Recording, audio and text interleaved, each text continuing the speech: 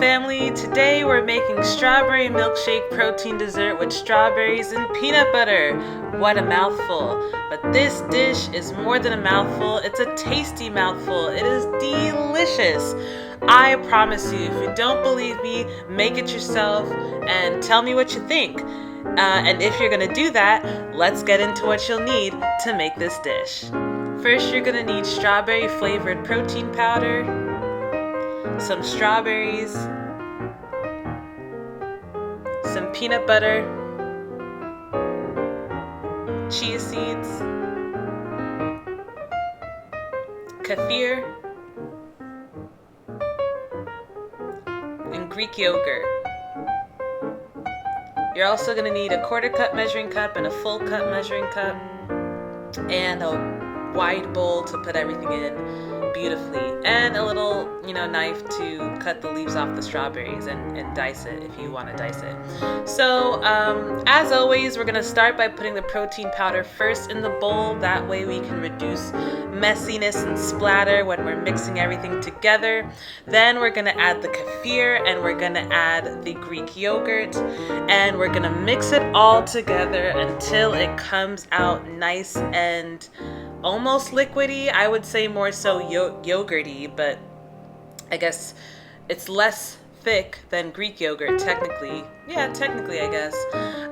Anyway, just a word to the wise, the brand and the type of Greek yogurt you use kind of does make a difference, because Great Value Greek yogurt is not as strained, so there's going to be some lactose left over if you're one of those lactose intolerant people that can eat Greek yogurt.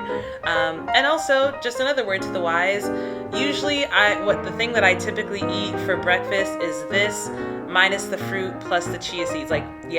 Well, I guess we're going to eventually add chia seeds, but I usually don't add it in a whole fanfare at the end.